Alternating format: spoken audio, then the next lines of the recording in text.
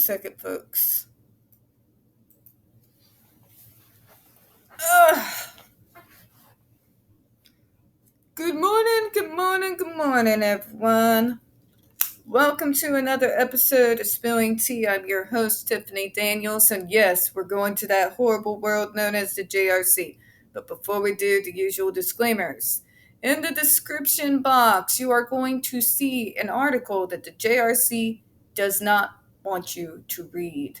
Written by NeuroClastic in 2021, where they interviewed over 900 ABA professionals and surveyed them in regards to the quote-unquote JRC's behavioral treatment program. JRC felt so threatened, apparently, by this article and the small non-for-profit started for autistics by autistics that doesn't even bring in $10,000 a year, that they decided to threaten them with a defamation lawsuit if they did not pull the article. NeuroClastic has refused, has made a public statement about it, and has protested at the doors of the JRC as of just this past Saturday. So, folks, please read that article and the public statement. And also, if you can, down at the bottom of the description box is a link to their GoFundMe that was created by one of us for them in order to assist with any legal fees should the JRC actually have the balls to see through their threat. I hope they do, because then the JRC has to try and prove that it's not torture that they do at that school. I'm just salty, folks. And we also have the other pertinent links to the Stop the Shocks campaign, including Autistic Hoya's massive archive on the subject, also the templates, and the ever-present self-explanatory change.org Shut the Judge Rotenberg Center Down petition. Folks, when we talk about the JRC, you're going to hear vivid descriptions of and catch clips of surveillance footage of people with disabilities being tortured and abused. If you do got young children, please use your headphones, all right? Also, it is 4:23 a.m. in the morning. I am not awake at all. So, if I stumble over my words, apologies in advance, all right? Also, folks, trigger warning. We are talking about the JRC giving a word salad justification for using painful skin shock treatment on particularly young students with post-traumatic stress disorder. So please, just trigger warning, okay? Okay. Now, remember when they said that, we're going back here, they said there's no negative side effects to the GED to consider. Yet somehow they seem to marvelously forget that it has literally landed kids in the hospital with third-degree burns. But no negative side effects. Seriously? Students respond to the GED with a decrease in restraint, an increase in education gains, social development, positive family, peer interactions, and even smiling. Yeah, we know how that works. Jennifer Masumba explained that all to us. Because if they don't smile, isn't that right? But they're getting educational gains. You know, you're actually talking against logic, right, JRC? If I am in fear constantly of getting fucking zapped, getting punished all the time for even any type of micro movements I might have that goes against your approval, I'm not going to be focusing on my education. Nobody would. Not even the quote-unquote neurotypicals that you praise. By the way, using neurotypicals as the mark by which we should measure ourselves, thanks but no fucking thanks, okay? Neurotypicals got their own problems. They're just as messed up as the fucking rest of us.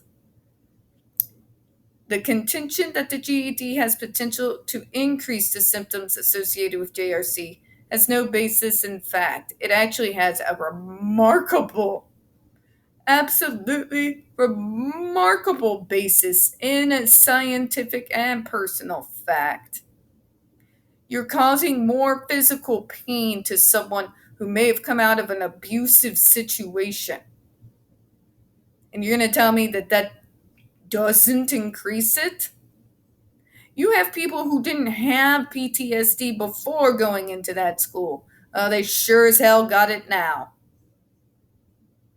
People who can't even hear the sound of Velcro without shutting down. Fucking seriously. It is clearly not supported by research and is entirely without foundation. It actually, oh, you mean your research? See, they always say research, but they use it so vaguely to make you gloss, oh, well, other researchers have agreed. They haven't, folks. Other researchers have said the exact opposite, but because they can use the word research and be vague about it, that means they're not lying, technically. It's a bunch of bullshit and grabbing at straws here, okay? Don't let their wording fool you. The undisputable fact is, based on hundreds of cases at JRC, the GED ability to eliminate problematic behaviors and thereby allow the student to be educated and engage in family and social activities causes the student to become happy and productive. Actually, let me tell you, the undisputable fact is JRC. That you put these kids in such a traumatic state that some of them come completely catatonic for months on end. See Andre McCollins and his medical records. The truth is, some of these survivors who have come out of this school have been so traumatized that they can barely function in society, almost to the equivalency of some of the Vietnam vets. They just hear the wrong sound and they completely shut down. The indisputable fact is, when you live in constant fucking fear that does not leave an environment which encourages learning, when you live in fear, you do not live in an environment that is conducive to happiness and being productive. These people live in this like la la land, but like, my God, if they could only hear themselves. Moreover, the footnote at the bottom of page 13 of the report is not an acceptable citation. Really? Oh, are we gonna fucking argue with the DSM-4 now? Fabulous. Try me, JRC. Provides the diagnostic standard. This issue was discussed at length in a face-to-face interview with two of our clinicians. But the consultant, Dr. David Roll, apparently did not like what he heard, as he continued to make this professionally irresponsible contention. Bullshit. Bullshit, JRC. Are you really justifying the firmer traumatization of people with post-traumatic stress disorder? That torture is going to make them better. And then you're going to tell us we're wrong, we don't understand. But our clinicians happily explain, your clinicians that you pay, that are your employees. This is not unbiased opinion, JRC. It does not work in the real world. You people are so caught up in this weird psychedelic bad acid trip world you've all created for yourselves that you've lost complete capacity to be able to even look at your own selves critically and unbiasedly. Clinicians that have risen up through your ranks since they were 18 years old, sucked in and brainwashed to your Kool-Aid. No, it's not good enough, JRC. In-house clinicians arguing this is not good enough. Your own results that you surveyed and categorized with your own biased eyes is not good enough. If it is not corroborated by outside research. It's garbage. It's not science. It's a fucking propaganda prop. Okay? You cannot claim that. You cannot claim it's undisputed when it is. It very much is. When the research is coming from your own paid employees. Okay? That's just basic logic 101. Accountants aren't allowed to audit themselves. Thank you, Paul.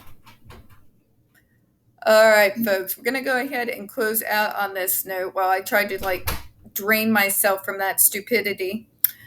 We don't get very many views on this channel, especially on this subject. The few that we do get do tend to get removed from time to time. So please don't forget to hit that like button, hit subscribe, and don't forget to hit the comments. I do appreciate your time this morning. And as always, we here at Spilling Tea hope you have a good one. Bye-bye.